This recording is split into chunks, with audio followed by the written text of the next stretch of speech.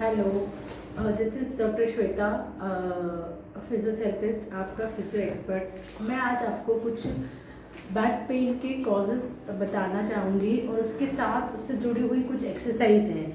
तो जो हमारे डेली रूटीन में कभी कभी हमारे पास पेशेंट आते हैं कॉज लेके कि मैडम हम ना घर में कुछ कर रहे थे, कुछ सामान लेने के लिए झुके और सामान जैसे ही लेके उठे एकदम से सीवियर बैक पेन हो गया है।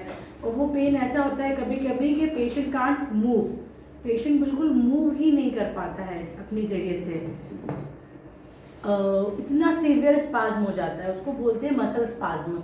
वो कभी कभी क्या होता है over exertion, over use of muscle की वजह से हो जाता है, या sometimes it will be because of weather, या कभी कोई पुरानी इंजरी है या कभी कोई चोट लगी हो और वो एकदम से कभी किसी काम से एक्सोवेट हो गई है तो उस मसल को बहुत ज़्यादा काम करना पड़ रहा है।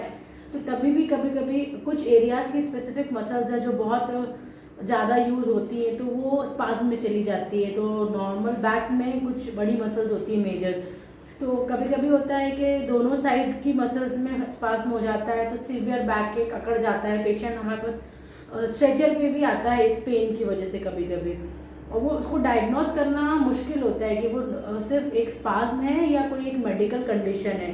तो स्पाज्म को हम ऐसे डायग्नोज कर सकते हैं। उसमें क्या होता है, आप अगर मसल को रिलीज करते हैं तो आपको ग्रेजुअली पेन कम होने लग जाता है with in 24 hours, either 48 hours. Sometimes spasm will take 2 to 3 days, sometimes it will take 1 week और sometimes it will take longer also, अगर हमने प्राइमरी केयर प्रॉपरली नहीं की है तो जो हमारा एक्यूट स्पाज्म होता है उसका क्या होता है, जैसे ऐसा पेशेंट हमारे पास आया कि स्ट्रेचर्स पे ही आया है और एकदम से बिल्कुल हिल नहीं कर पा रहा, मूव नहीं कर पा रहा।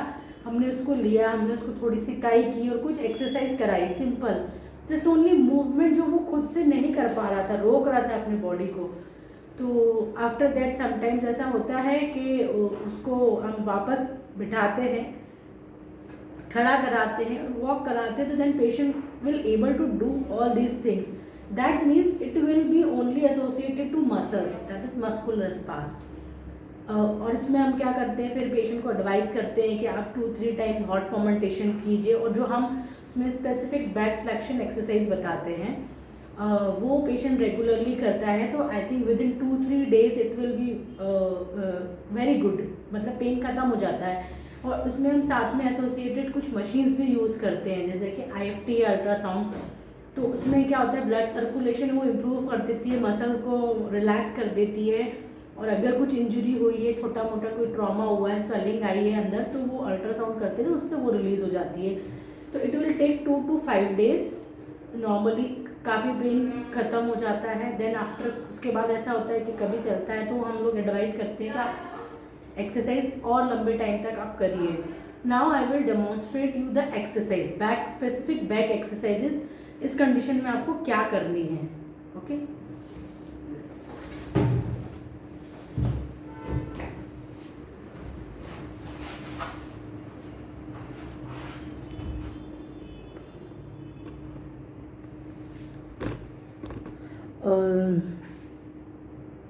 पॉज करते हैं।